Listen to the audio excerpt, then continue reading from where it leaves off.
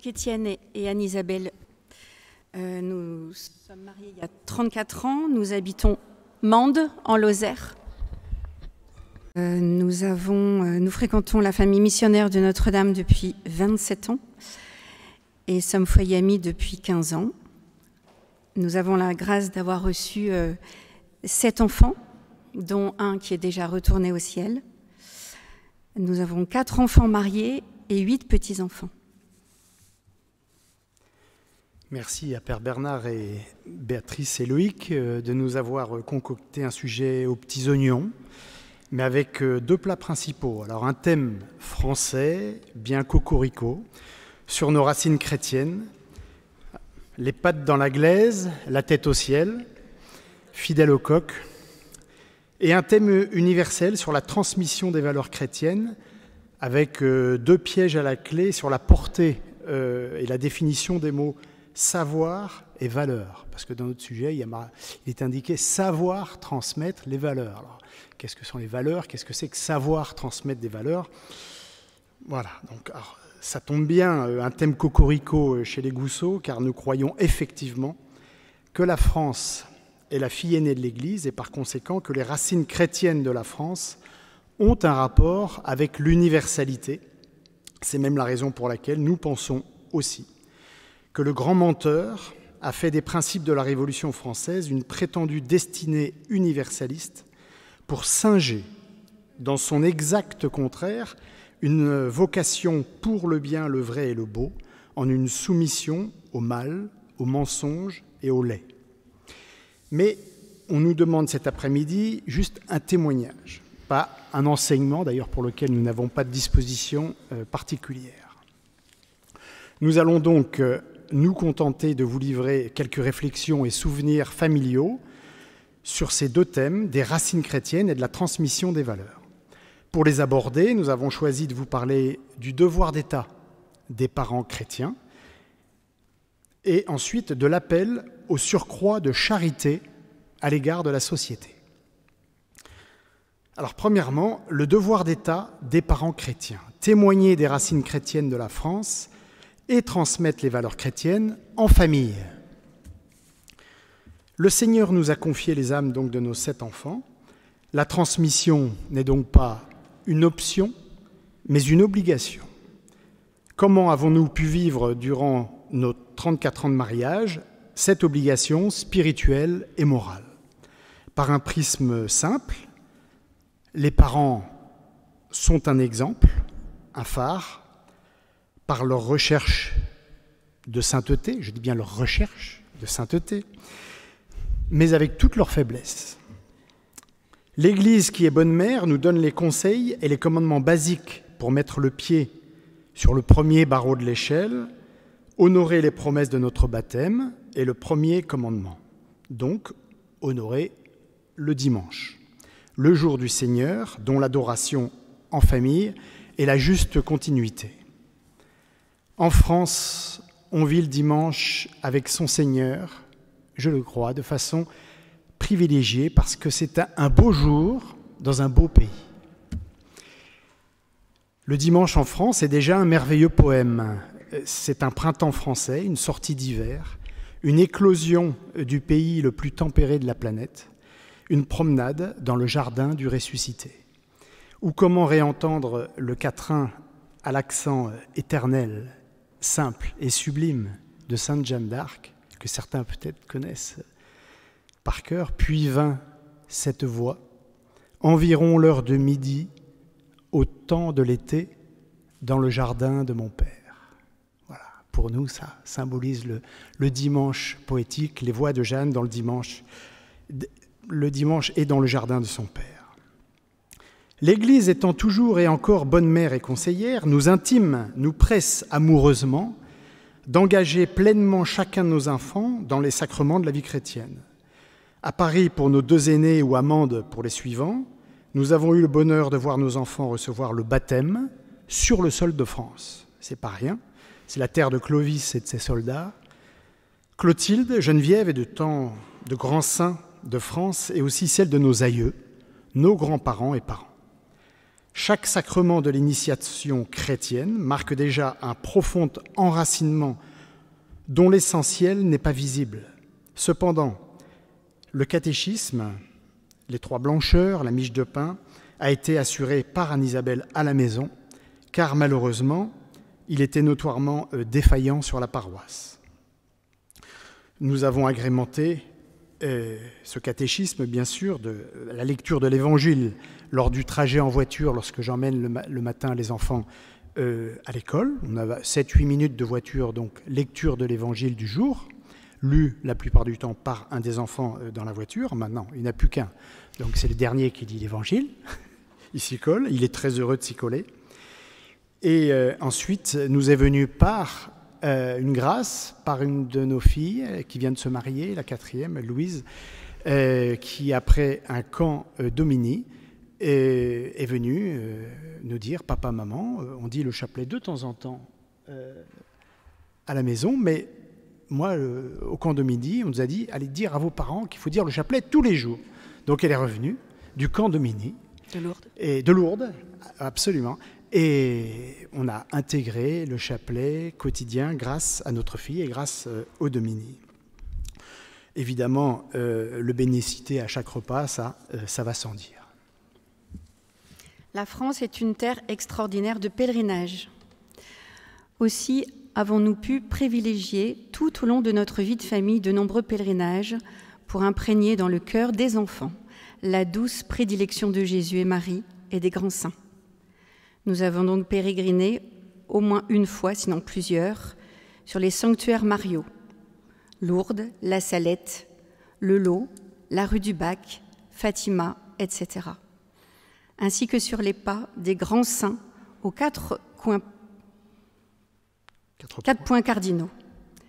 Saint Louis-Marie Grignon de Montfort, Saint Yves de Tréguier, le Mont Saint-Michel, Sainte Jeanne d'Arc, Sainte Thérèse et ses saints parents à Lisieux, Sainte Anne d'Auray, Saint Louis à la Sainte-Chapelle, Sainte Marie-Madeleine à Vézelay, Saint Maximin et la Sainte-Baume, Sainte Marguerite-Marie par Elmonial, Saint Joseph du Bessillon à Cotignac, etc. Sans oublier les destinations les plus lointaines, mais classiques, Rome, Saint-Jacques de Compostelle, Assise. En qualité d'anciens Parisiens, Notre-Dame de Paris notamment, lors de l'ostension de la Sainte Couronne ou encore la basilique du Sacré-Cœur, étaient des passages obligés. Je peux rajouter aussi à Argenteuil la Sainte Unique. Chaque vénération d'un saint, d'une sainte sur le sol de France est l'occasion d'une action de grâce pour les œuvres du Seigneur envers le pays, pour sa tendresse, pour notre patrie terrestre. D'un point de vue culturel, nous avons naturellement privilégié, voire outrancièrement privilégié, les séjours au Puy du Fou plutôt qu'à Euro Disney. Nous avons sélectionné les abonnements à des revues chrétiennes selon l'âge des enfants, Petit Berger, 5 pains de poisson, Vianney, Magnificat Junior, idées de cadeaux soufflées aux grands-parents, parrains et marraines. Idem pour les lectures, édition du Signe de Triomphe, Signe de Piste, pardon.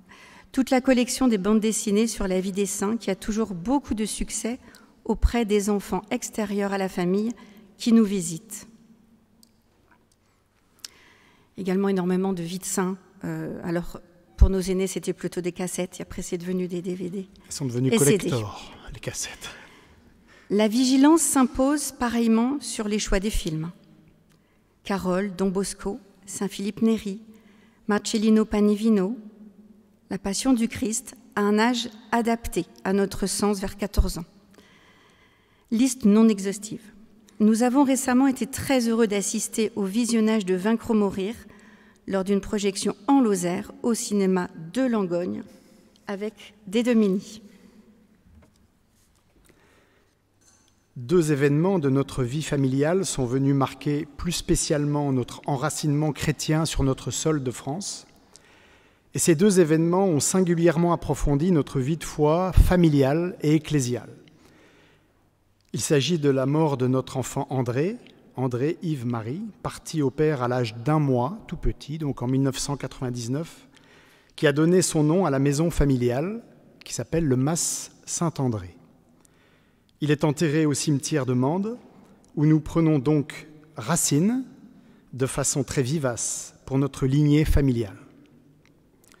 Le second événement que la Providence a bien voulu nous concéder est la rencontre de la famille missionnaire de Notre-Dame à Saint-Pierre-de-Colombier, soit à 1h45 en voiture de Mende, et notre engagement en 2008 auprès des foyers amis. La communauté nous soutient pleinement dans notre enracinement chrétien, se réjouit avec nous de nos bonheurs familiaux et porte avec nous nos croix. Nous pouvons dire sans embâche que le partage de la vie de prière avec les Domini a considérablement approfondi notre témoignage des racines chrétiennes, tout court, mais chrétiennes de la France particulièrement. Avec la vénération notamment et l'approfondissement des enseignements de Saint Jean-Paul II, qui n'a jamais manqué d'encourager la France et l'étude soigneuse également des pensées et des œuvres de Benoît XVI, qui élargit les racines chrétiennes de la France à celles de l'Europe entière. Le témoignage des racines chrétiennes de la France et la transmission des valeurs chrétiennes s'épanouissent encore notablement dans le cadre des engagements de nos enfants à travers le scoutisme, les colonies ou les camps Domini. Ce premier visage de la transmission des racines et des valeurs en famille à travers l'accomplissement du devoir d'État des parents dans l'éducation des enfants est en réalité la partie la plus gratifiante, la plus épanouissante, nous donnant, malgré quelques vicissitudes, de nous émerveiller et contempler les œuvres du Seigneur sur nos enfants et qui sait, de nos petits-enfants. Le second visage de cette transmission, relatif au témoignage envers les périphéries familiales, appelant un surcroît de charité, s'apparente pour le coup à un véritable et rude combat. Qu'il s'agisse du travail professionnel, de l'école, du combat pour la vie et la famille, de la nation ou même au sein de l'Église. Et en deuxième partie, évoquons ce surcroît de charité. Le témoignage envers les périphéries familiales et sociales ou le combat pour Gaudium et Spes. Ce combat est présent dans la sphère professionnelle. En sa qualité d'avocat, exerçant à titre individuel au sein d'un cabinet privé, Luc Étienne exerce sa liberté en proposant à ses clients la consultation avec dans son dos une icône de la Sainte Vierge, mère du Perpétuel Secours, et le crucifix, ainsi qu'une statuette de Saint Yves, saint patron des hommes de loi. Il en va ainsi depuis 30 ans et jamais personne ne s'en est plaint. Il a le souvenir d'avoir vu une cliente en larmes dans son cabinet, pleurant un avortement 45 ans après les faits. Elle a accepté qu'ils prient tous les deux un « Je vous salue Marie » en fin de consultation. Elle est toujours cliente du cabinet à ce jour. Le principe même du travail d'avocat en droit pénal repose sur une valeur chrétienne fondamentale qu'est la distinction du péché et du pécheur, et donc de l'acte et de son auteur. Cette valeur permet de ne jamais relativiser un acte grave et de défendre malgré tout l'infracteur devant son juge pour envisager sa repentance. Mais que vaut ce principe au sein d'une société qui ne croit plus en l'expiation par la peine à exécuter ? Il est donc nécessaire que des avocats chrétiens portent cette souffrance, surtout dans un monde comme le nôtre, qui s'avilit dans la violence morale, intellectuelle et physique. Tu veux parler de ton expérience de Bordeaux ? J'ai eu quand même, parce que la Providence est bonne, elle nous envoie des consolations. C'est un peu rude d'entendre ça, mais j'ai été plaidé à Bordeaux, je le partageais ce midi à table, je crois, avec frère Clément Marie. J'ai été plaidé à Bordeaux récemment, une affaire pénale, correctionnelle, et ne voilà-t-il pas qu'en rentrant dans la salle, une grande salle, on plaidait le correctionnel dans la salle d'assises, parce qu'il y avait 6 prévenus pour des actes graves en bande organisée, dont une des victimes était une mamie lozérienne. Bon, et je rentre dans la salle, que vois-je ? Un crucifix de 4 à 5 mètres de haut dans cette salle d'assises de la cour d'appel de Bordeaux. Donc, vous voyez, il y a des consolations, voilà, qui arrivent et il faut les prendre. Il faut les prendre et remercier le Seigneur pour cela.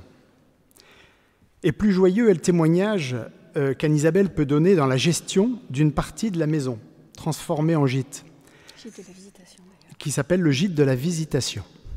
Parce que les grands-parents d'Anne-Isabelle, qui ont légué tous les meubles qui nous ont permis de garnir le gîte, s'appelaient Jean et Élisabeth. Donc le nom était tout trouvé, bien évidemment.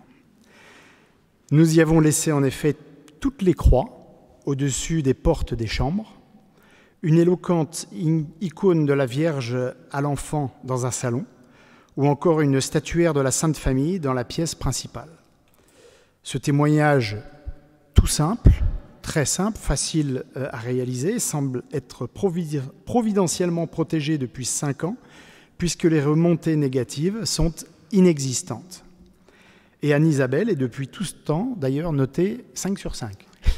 Enfin, non, il faut, pour l'humilité, 4,95, pour être plus précis. Je ne mange pas de ce pain-là. Attention, le patron.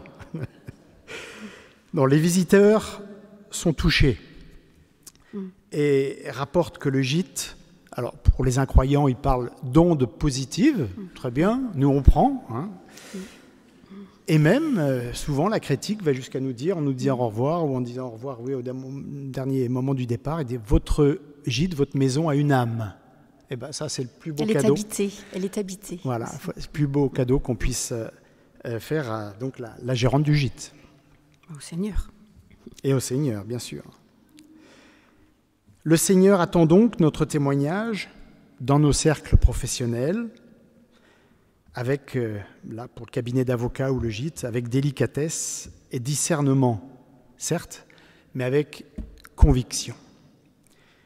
Les bénédictions de tous nos lieux de vie, du cabinet, de la maison ou du gîte, lors d'une célébration solennelle et familiale, sont des étapes essentielles parce que c'est l'entrée dans ce témoignage, parce que nous souhaitons que toutes ces personnes, qu'elles viennent au cabinet ou au gîte, eh bien nous prions pour elles pour qu'elles rencontrent un jour, si elles ne l'ont pas déjà rencontré, le Seigneur. Quant à l'école, comment y témoigner de nos racines et de nos valeurs chrétiennes ? Avec 18 années d'écart entre notre fils aîné qui va sur ses 33 ans et notre dernier qui va sur ses 15 ans, en somme en l'espace d'une génération entre les deux, nous avons été les témoins de l'effondrement de ce que nos pouvoirs publics appellent l'éducation nationale, et ce, tant dans le secteur public que privé sous contrat. Pour ce qui est demande, évidemment, je témoigne de ce que nous vivons. Notre premier combat contre le gender a commencé il y a 12 ans déjà, à une époque où il était soutenu que cette théorie était un fantasme. Or, ce fantasme est devenu brutale réalité. La vigilance doit donc être quotidienne, sans relâchement possible. Nous exerçons cette vigilance en écoutant notamment chaque enfant lors du temps du repas du midi, qu'il ne prend qu'exceptionnellement à la cantine.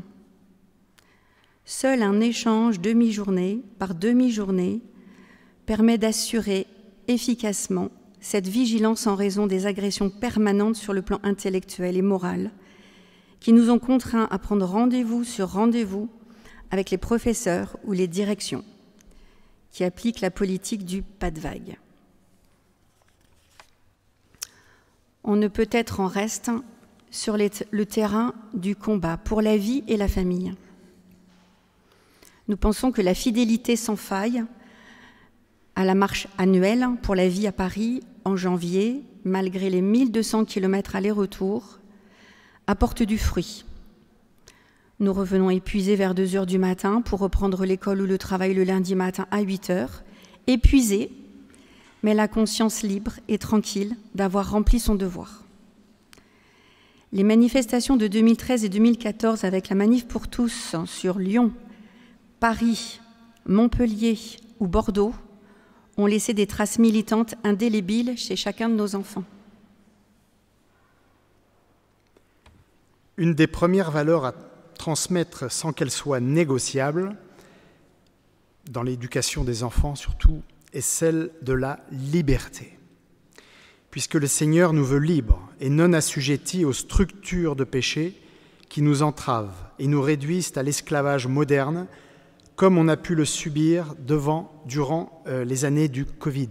Ces années du Covid ont donné lieu, bien sûr, à de très nombreuses questions des enfants envers les parents pour dire « mais papa, maman, expliquez-nous comment on a pu en arriver là, comment notre société qui est présentée comme celle de la liberté en est-elle arrivée là ?»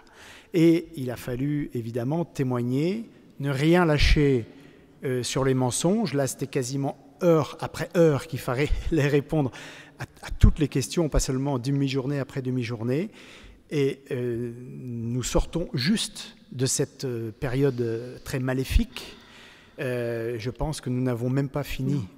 On a à peine commencé à débriefer cette période. Et je crois que vraiment, là, il faut prendre les jeunes qui ont vécu cette période très, très au sérieux, parce que beaucoup qui n'ont aucune réponse, qui n'ont pas de référents parentaux ou amicaux ou de formation ou de communauté spirituelle autour d'eux pour en parler, ce sont des jeunes qui lâchent la goupille complètement. Complètement. Moi, je reçois beaucoup de jeunes que je défends aussi devant les juges des enfants qui ont commencé leur carrière de délinquants pendant le Covid. Et c'était malheureusement de la délinquance qui se passait dans les cercles très fermés. Vous m'avez compris, je ne vais pas plus loin. Voilà, et souvent de la délinquance des mœurs. Et ça, c'est le Covid, et tout ça n'a pas été débriefé en France, et personne n'ose vraiment en parler. Face au combat politique, le témoignage pour la nation, la patrie, la terre de nos pères, nous pouvons avoir le sentiment d'être irrémédiablement submergés.